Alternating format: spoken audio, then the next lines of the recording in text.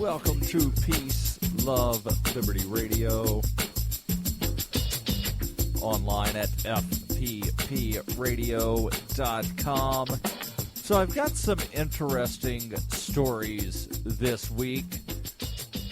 And I want to start off with a story out of California. And it's not just any story out of California. It's one of these stories that sort of crosses all kinds of lines. So it's kind of a sports story. It's kind of a political story. But it's all around somewhat social commentary about, sort of a difference between adults and young adults. I don't want to call them children. They're high school aged, so they definitely qualify as young adults. So what is going on? Well, in the San Francisco area, there is the high school basketball tournament that begins today. And one of the teams, actually one of the schools, both the boys and girls team, originally were uninvited from the tournament. The boys team wound up getting re-invited or uninvited. I'm not really sure, what the correct term would be for that. But what happened? Why is a basketball team getting uninvited from a basketball tournament? Well, it has something to do with what the students were wearing during warm-ups.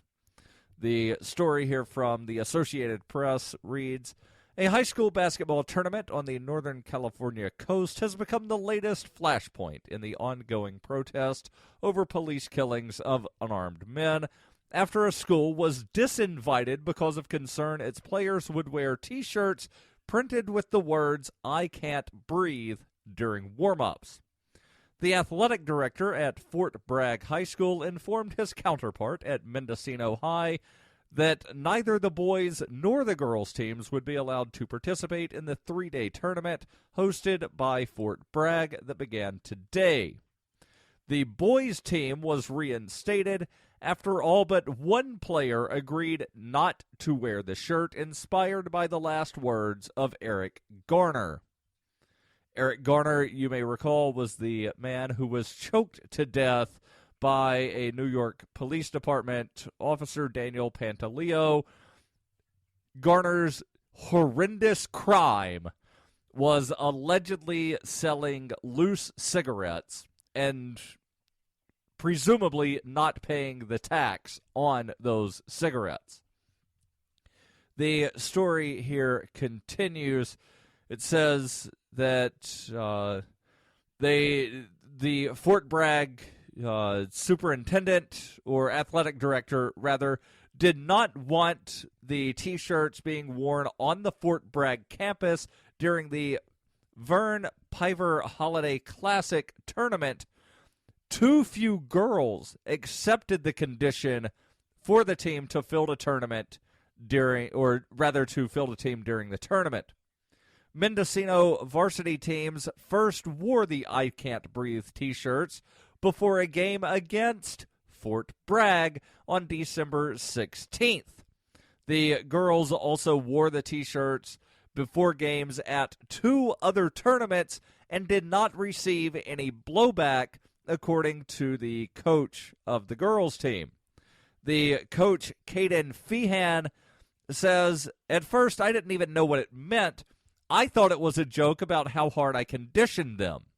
She said none of the administrators knew what it was or that any of them were going to do it in advance. This was entirely their cause, and they had strong feelings about it. Professional basketball players, and this is something you may or may not have heard, but I know ESPN has covered this. Professional basketball players, such as LeBron James, Derrick Rose, and Kyrie Irving, have all worn I Can't Breathe shirts during warm-ups sometime during the month of December, and the NBA did not penalize any of those players. after Kobe Bryant and other LA Lakers players wore the shirts before a game and on the bench on December 9th. The Lakers coach, Byron Scott, said he viewed it as a matter of freedom of choice and freedom of speech. So why then would a basketball team be uninvited from a tournament? Well, it doesn't really have anything to do with freedom of speech, according to the superintendent of Mendocino County Schools. But there's a little bit more before we get to that. Mark Woods, who is the only boy, or rather, he's the father of the only boy who said that he would wear the shirt. So the boys' team, all but one player said, we will not wear the shirt. The one kid that said that, no, I'm not caving in. I want to wear the shirt. Connor Woods said that he wore the shirt at the December 16th game in the name of Team Solidarity, but that the shirt has now taken on a constitutional angle. Mark Woods said he brought the issue to the American Civil Liberties Union and hopes to hear back after the holidays.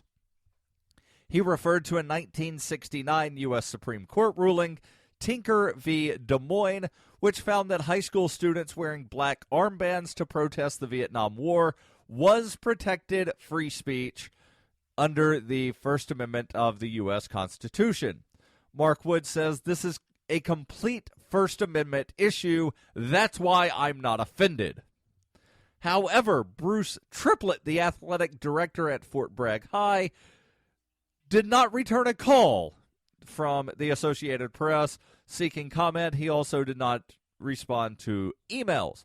However, Principal Rebecca Walker issued a written statement saying that school administrators respected the Mendocino teams for, quote, paying attention to what is going on in the world around them, and that the shirts were being prohibited as a security precaution. Yeah, that's right. She's pulling security out of her principal butt and saying, oh, no, has nothing to do with free speech. We're glad that they're paying attention to what's going on. It has nothing to do with free speech. This is about security. Now, she doesn't really explain what she means, although there is a further statement from her.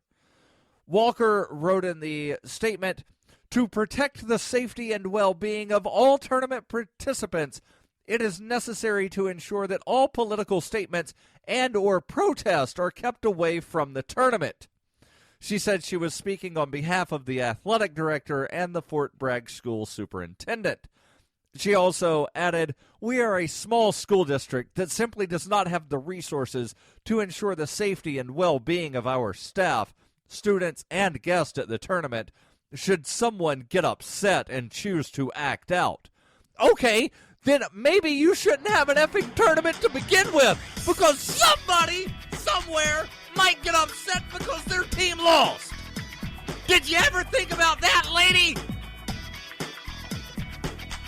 There's more when we come back on Peace, Love, Liberty Radio, including 10 outrageous zero-tolerance follies of 2014.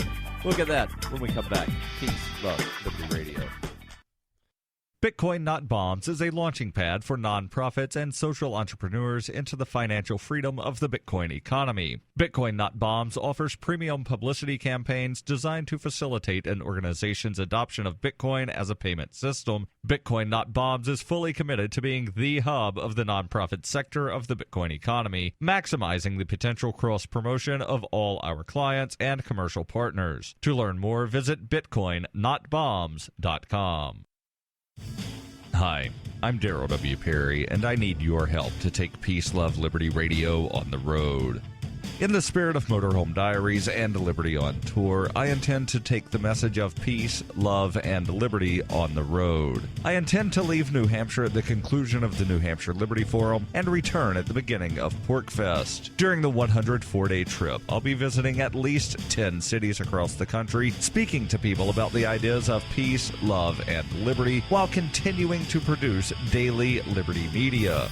Pensacola, Florida, Austin, Texas, Sedona, Arizona, and Denver, Colorado are already on the map. If you have a college group, a local Liberty on the Rocks, or other Liberty meetup that you'd like me to visit, you can possibly add your event to my calendar.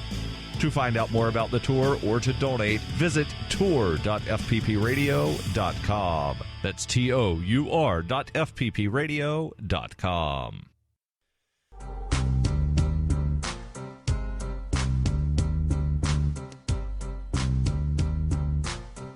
Welcome back to Peace, Love, Liberty Radio, online at fppradio.com. So there's just a little bit more about this story out of the San Francisco area where the principal of Fort Bragg High School is saying that we can't allow children to wear this T-shirt that says "I can't breathe" because somebody might get upset and act out. And we're a small school, and we just don't have the resources to protect our students and staff and guests if someone should get upset. Well, maybe you should have thought about, how small of a school district you are before you decided to host a basketball tournament where somebody's going to get upset because their team loses. The father of the one student for Mendocino High who said that he wanted to still wear the shirt and his son is actually not going to be participating in the basketball tournament. The father, Mark Wood, said that his father is was a California Highway Patrol officer and is outraged by what he is seeing as using intimidation to silence players and fans. Yes, you heard that right. Former California Highway Patrol officer is not upset that the players are wanting to wear the "I Can't Breathe" T-shirt. That's what I first thought when I read this, that his father was the grandfather of the student was a California Highway Patrol officer and was outraged. The first thing that popped into my mind was he was outraged that students were wearing the shirt. No, he's outraged over what he sees as intimidation by the Fort Bragg High School to silence players and fans. Fort Bragg administrators have warned spectators who plan to protest the T-shirt ban that they will be asked to leave. So if a fan wears an "I Can't Breathe" T-shirt, they will be asked to leave. I wonder, because the principal, Rebecca Walker, says that she wants to keep out any sort of political statements. If somebody wears one of these "Breathe Easy, Follow the Law" T-shirts, is she going to ask that person to leave? If someone wears a T-shirt that says "God Bless America," is she going to ask them to leave? Where is she drawing the line on political statements? Is it only the "I Can't Breathe" T-shirt that she has a problem with, or is it anything that is deemed to be a political statement? Mark Wood said, "It doesn't take a lot to suppress the exchange of ideas when you put fear into it." Both schools, and here's something that's interesting, not necessarily that both schools are in Mendocino County. However, what is interesting, the story has the breakdown of the racial makeup of the students. The student bodies at both schools are 1% African American, 50% white, 41% Hispanic at Fort Bragg, 75% white, and 9% Hispanic at Mendocino. So unlike what the mainstream media is telling you about a lot of these protests being, racially motivated, Mendocino High is 75% white. And they're still wearing the I Can't Breathe t-shirt. They're standing up in solidarity with people that want police to be held accountable for what they do. So this is not about race. Don't listen to the Rush Limbaughs and the Sean Hannitys and the Glenn Becks and the other people that are telling you that this is racially motivated. It's not. This crosses racial lines. It crosses the color barrier. This is about accountability and people wanting to hold the so-called, authorities accountable for what they do. And in this case, the principal of the high school is saying, no, we will have none of that here. And I would say that borders on being an outrageous zero-tolerance folly. However, Reason.com has the top 10 most outrageous zero-tolerance follies of 2014. Number 1, and before I get into number 1, the preface to this top 10 list is, are your children safe at school? That depends on if you're worried about bullies or administrators. Here are 10 of the most infamous zero-tolerance punishments handed down to kids and even some adults this year. Number 1, student 13 shares lunch, gets detention. Yes, you heard that right. A 13-year-old boy at Weaverville Elementary School in California shared his school lunch, a chicken burrito, with a hungry friend. For this good deed, he got detention. Superintendent Tom Barnett explained, because of safety and liability, we cannot allow students to actually exchange meals. So wait a second. I've got a question here, Superintendent Tom. What's the difference between the lunch lady putting food on a plate and handing it to a student and one student handing that plate to another student? Oh, right. Okay, the lunch lady took some kind of class and they're getting paid. Really? That's it? You've got a problem with one student handing a plate of food to another student? Yeah, your view of the world is messed up when that's your biggest concern. Number 2, sunscreen not allowed on a field trip. Kids might drink it. A San Antonio, Texas school forbid students to bring sunscreen on a field trip, according to spokeswoman Aubrey Chancellor. Quote, we can't allow toxic things to be in our schools. The children could possibly have an allergic reaction or they could ingest it. It's a really dangerous situation. But Miss Spokeswoman, Aubrey Chancellor, Miss Spokeswoman, is there a chemistry lab in the school by chance? There is? Yeah. I'm sure there's tons of chemicals there that would be really, really dangerous if they got ingested, isn't there? There is? Yeah. That's what I thought. That's what I thought. So are you going to ban chemistry now because some kid might wind up drinking the hydrofluoric acid? No, you're not? Okay.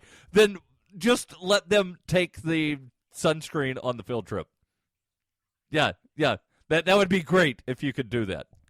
So number 3 on the list of top 10 zero-tolerance follies of 2014, kindergarten cancels its year-end show to allow more time for college prep. A letter sent home from the Harley Avenue Primary School in Elwood, New York, reads in part, the reason for eliminating the kindergarten show is simple. We are responsible for preparing children for college and career with valuable lifelong skills. We know that we can best do that by having them become strong readers, writers, co-workers, and problem solvers. But yet you can't solve the problem of how to, teach them to read and write and still do a show to, entertain their parents. Because apparently, at 5, college is right around the corner. Hi, I'm Darryl W. Perry, and I need your help to take Peace, Love, Liberty Radio on the road. In the spirit of Motorhome Diaries and Liberty on Tour, I intend to take the message of peace, love, and liberty on the road. I intend to leave New Hampshire at the conclusion of the New Hampshire Liberty Forum and return at the beginning of Porkfest. During the 104-day trip, I'll be visiting at least 10 cities across the country, speaking to people about the ideas of peace, love, and liberty, while continuing to produce daily Liberty media. Pensacola, Florida, Austin, Texas, Sedona, Arizona, and Denver, Colorado are already on the map. If you have a college group, a local Liberty on the Rocks, or other Liberty meetup that you'd like me to visit, you can possibly add your event to my calendar. To find out more about the tour or to donate, visit tour.fppradio.com. That's tour.fppradio.com. ExpressCoin is the best choice for buying Bitcoin, Litecoin, Dogecoin, and more. ExpressCoin prides themselves on their customer service, so much so that the back end on the website should allow them to be even more focused on your needs. Get your cryptocurrencies with money order, check, wire transfer, or cash deposit. Get started at expresscoin.fppradio.com. That's expresscoin.fppradio.com.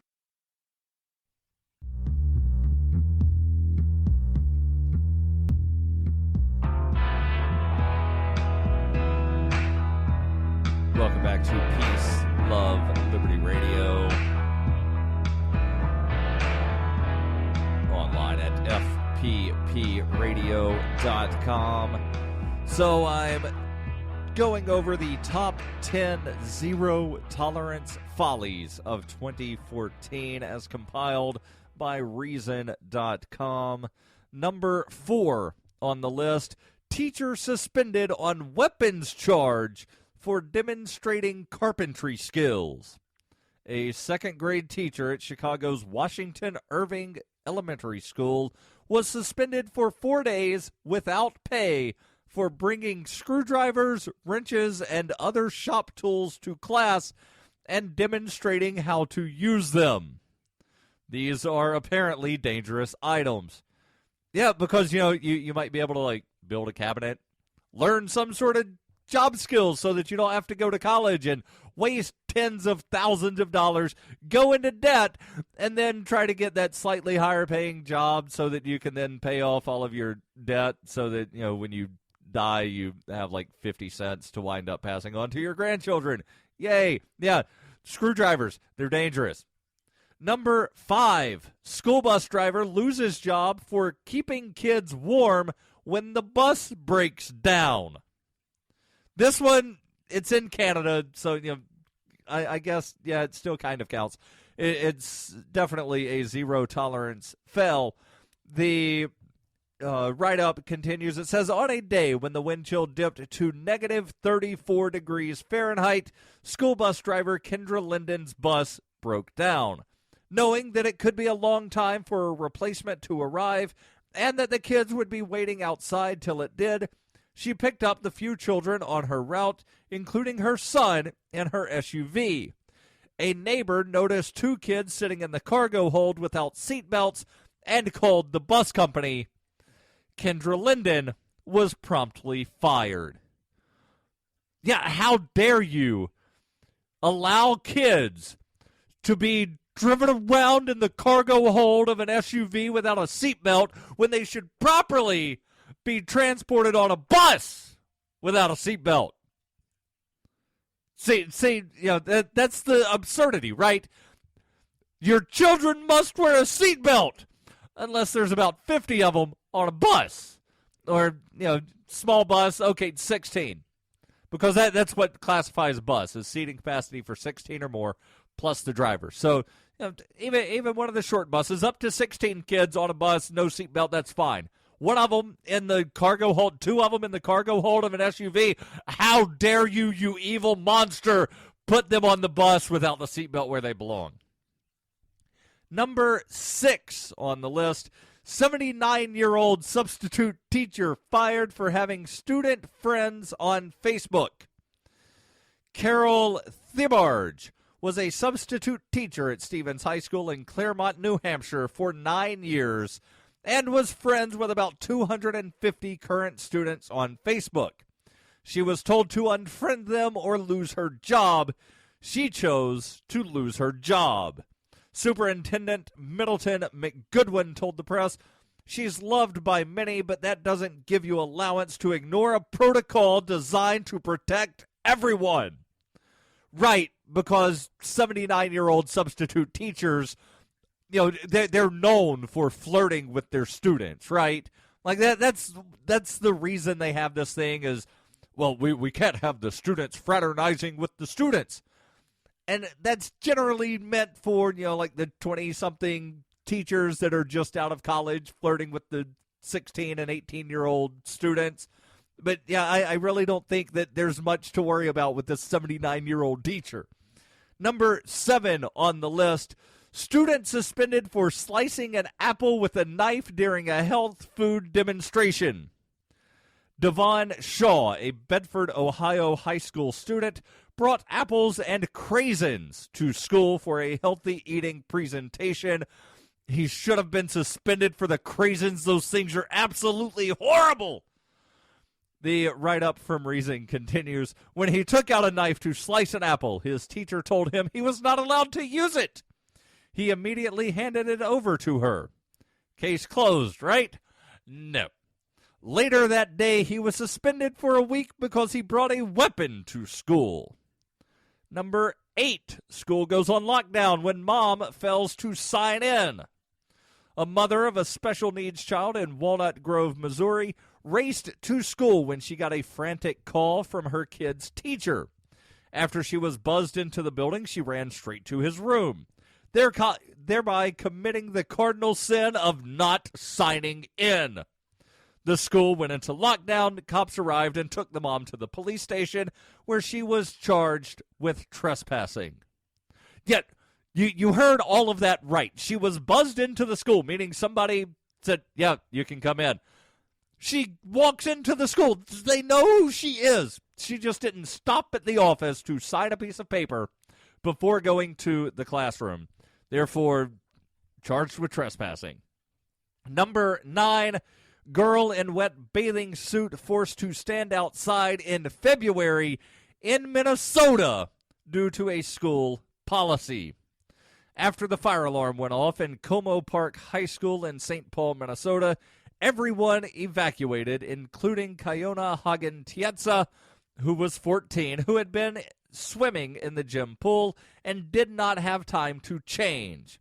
School policy forbids teachers from having students in the car, so she stood outside barefoot for 10 minutes in 5-degree weather until a teacher obtained permission to let her sit in the car just this one time.